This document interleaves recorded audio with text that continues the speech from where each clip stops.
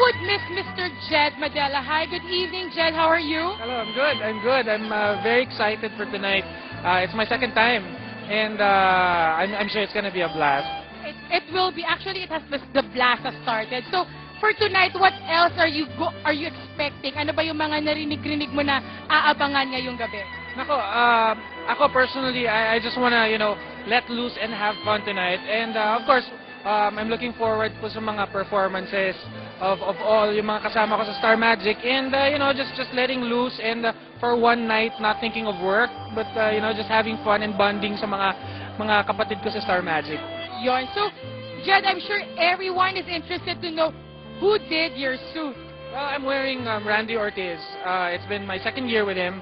Last year, I also wore something from him. And sa akin siguro, pag pinagkatiwala ko na sa kanya, he knows me. He knows my likes, kung anong gusto ko. So, I'm a loyal fan. You've always looked good on TV, and siya pala ang person behind it. Yeah, he's a supporter, and I'm a big fan of him.